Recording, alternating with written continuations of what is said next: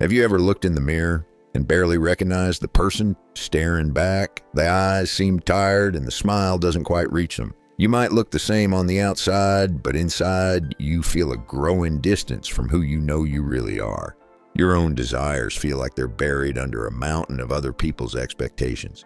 Who is this person who says yes when every fiber of their being is screaming no? Who is this person who apologizes for taking up space, for having needs, for simply existing? Most people just call this being nice. They call it helpful, considerate, being a good friend or a supportive partner. But what if the truth is far more complex and way more damaging? This isn't really about kindness. It's a deep-seated survival strategy, and it's costing you your true self. This pattern has a name: self-abandonment. It's when you neglect your own needs, feelings, and values to get approval, avoid rejection, or just keep the peace. And over time, this quiet betrayal leads to a profound loss of who you are. In this video, we're not just going to talk about being too nice.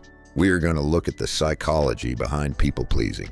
We'll uncover the 5 critical signs that you're sacrificing your true self. And most importantly, we'll walk through simple, concrete steps you can take, starting today, to begin honoring yourself again, because the person in that mirror is waiting for you to come back home. Before we get to the signs, it helps to understand where this all comes from. Nobody wakes up one day and just decides to abandon themselves. People-pleasing is almost never a conscious choice. It's a learned adaptation, a brilliant strategy your younger self developed to get through a world that felt unsafe or unpredictable. Often, the roots are in our earliest relationships. If, as a child, love and approval felt conditional, if you were only praised for being quiet, compliant, and low maintenance, you quickly learned that your own needs were an inconvenience. You might have learned that expressing your real feelings, your anger, your sadness, your excitement, made the adults around you anxious or angry. So to keep that connection and to feel safe, you started to perform. You became a master at reading the room, at guessing what others needed, and at pushing your own needs down. Psychologists sometimes call this the fawn response, where we try to please a perceived threat to avoid conflict.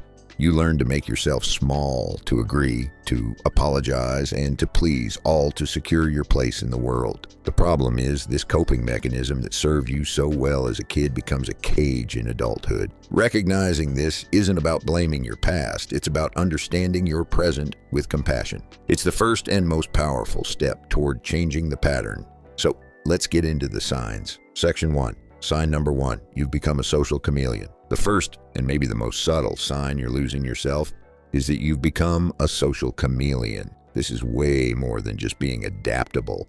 It's that unconscious habit of changing your personality, your opinions, and even your interests to match whoever you're with. You do it to fit in, to be liked, and to make sure you're never the cause of any friction.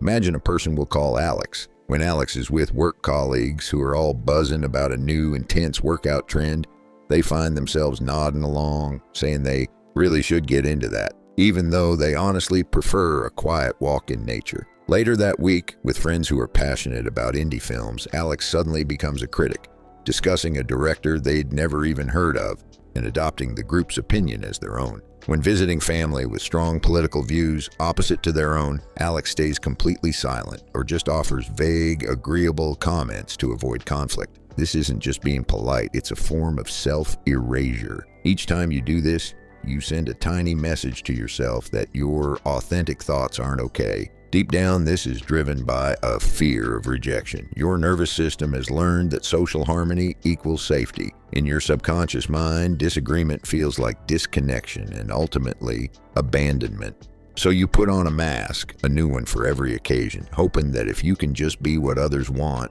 you'll be safe. The hidden cost of being a chameleon is a deep loss of self. Section 2.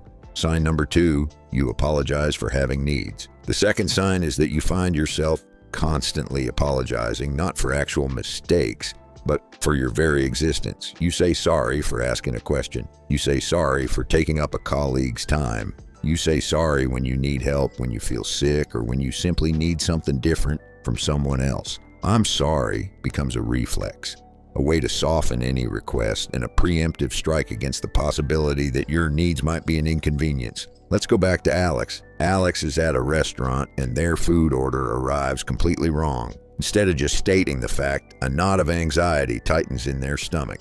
They turn to their partner and whisper, "I'm so sorry, this isn't what I ordered. I feel so bad, they're so busy." When the waiter comes over, Alex's voice is full of apology. "I am so sorry to be a bother, but I think there might have been a small mix-up with my dish. It's totally fine if it's too much trouble to fix." Notice the language there. The apology comes before the need is even stated. Alex is apologizing for the restaurant's mistake. They are apologizing for the basic need to eat the food they ordered. This behavior is rooted in a belief that your needs are a burden to others. If you grew up in a place where your needs were ignored, dismissed, or met with sighs and frustration, you internalized the message that needing things is bad or selfish.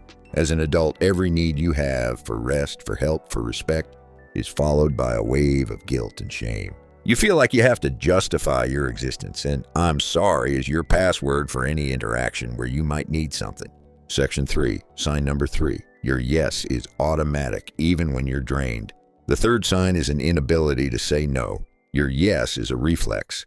It's an automatic response that flies out of your mouth before you've even had a chance to check in with yourself. A coworker asks you to take on another project even though your plate is overflowing. Yes, of course. A friend asks for a last-minute favor that will wreck your quiet evening of rest. Yes, no problem. You agree to things with a speed that defies logic, only to be flooded with regret and dread moments later. This automatic yes isn't a sign of generosity, it's a defense mechanism. It's driven by an intense fear of disappointing others. The thought of someone being upset with you or thinking you're not helpful feels genuinely threatening. Saying no can feel so uncomfortable that saying yes and dealing with the miserable consequences feels like the easier option in the moment. You've learned to prioritize everyone else's comfort over your own well-being, which is a direct path to burnout. The hidden cost here isn't just exhaustion, it's the destruction of your personal boundaries. Boundaries are what protect your time, your energy, and your mental health. They're the invisible line between your needs and the needs of others. When your yes is automatic, you have no boundaries. You become a resource for everyone else to use. This leads to chronic stress and a feeling of being completely out of control of your own life. And over time, the resentment builds. You might find yourself becoming passive-aggressive or withdrawn because you don't know how to express your needs directly. The very relationships you tried so hard to preserve by always saying yes begin to suffer. Section 4. Sign number 4. You're responsible for everyone's feelings. The fourth sign is that you've made yourself the unofficial emotional thermostat for every room you enter. You believe on a deep level that you're responsible for making sure everyone around you is happy and comfortable. If someone is quiet, you immediately assume they're upset with you and scramble to fix it. If two people disagree, you feel an overwhelming urge to jump in and mediate, even if it has nothing to do with you. Imagine Alex is at a dinner party and notices a friend across the table seems a bit down. Immediately, Alex's internal alarm bells go off. They can't focus on their own conversation anymore. Their mind is racing. Is she mad at me? Did I say something wrong? I need to go over there and cheer her up. Alex spends the rest of the evening anxiously monitoring their friend's mood, cracking jokes and trying to draw her into the conversation, only feeling relief if the friend seems to cheer up. Alex has made their friend's emotional state their personal project for the evening. The heavy price for this is chronic anxiety and a total disconnect from your own feelings. When you're constantly focused on managing the external emotional world, you have no energy left to check in with your internal one. You might not even know how you're feeling because your attention is always pointed outward. It's incredibly draining. It also creates inauthentic relationships when you take responsibility for others' feelings. You rob them of their own experiences, and you prevent yourself from showing up as a real person. You become a function, the fixer or the peacemaker, rather than a person. Section 5, sign number 5, you can't remember what you actually want. The fifth and final sign is maybe the most heartbreaking. You've lost touch with your own desires. When someone asks you a simple question like, "What movie do you want to watch?" or some bigger question like, "What do you want out of your career?" you draw a complete blank. It's not that you're being indecisive, it's that the channel to your own inner voice has been filled with static for so long you can't hear the signal anymore. You've spent so many years prioritizing what others want, believe, and need that the muscle of your own desire has weakened. Our friend Alex is planning a vacation. Their partner asks, "Where do you want to go?" More than anywhere in the world. Alex freezes. Their mind immediately jumps to where their partner would like to go. What would be easiest for their family? what their friends would think is cool. They might suggest a beach because their partner loves the sun, or a historic city because their parents would enjoy the pictures. But when they try to look inside and ask themselves, what do I want? There's only silence. The desire for a quiet cabin in the mountains, a place they dreamed of as a teenager, is buried so deep they don't even remember it's there. The ultimate cost is a life that isn't really your own. You're living out a script written by others. This leads to a quiet, pervasive sense of meaninglessness and can often be a precursor to depression and anxiety. You feel like you're just going through the motions, disconnected from any real passion or joy. You may even look at your life, the job, the relationships, the home, and wonder how you got here, because it doesn't feel like you chose any of it. It just feels like you agreed to it. If you recognize yourself in these signs, please don't despair. This is a moment of profound opportunity. Awareness is the light that shows you the path out. The journey back to yourself doesn't require some dramatic overnight overhaul. It begins with small, consistent, and compassionate steps. Let's talk about 3 simple things you can start doing today. That automatic yes is a reflex. Your goal is to interrupt it. The next time someone asks you for something, instead of your default answer, create a small pocket of space. You can say, let me check my calendar and get back to you. Or, I need a moment to think about that.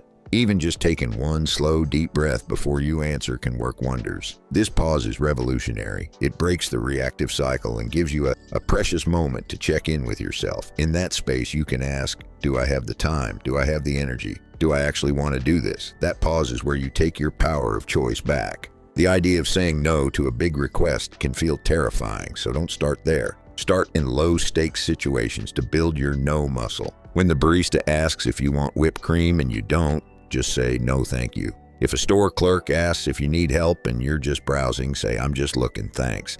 These small acts of assertion might feel insignificant, but they're powerful training. Each time you say a small, truthful no, you're reinforcing the idea that your preferences matter. You're teaching your nervous system that saying no doesn't lead to catastrophe. The path back to knowing what you want is paved with small daily check-ins. At the end of today, take out a journal or a piece of paper and ask yourself, what is one thing I want to do just for myself tomorrow, even if it's only for 5 minutes? The answer might be to drink your coffee in silence before anyone else is awake. It could be listening to one song you love or walking around the block without your phone. The point isn't what you do, but the act of asking and then honoring the answer. This simple practice starts to rebuild the connection to your own desires.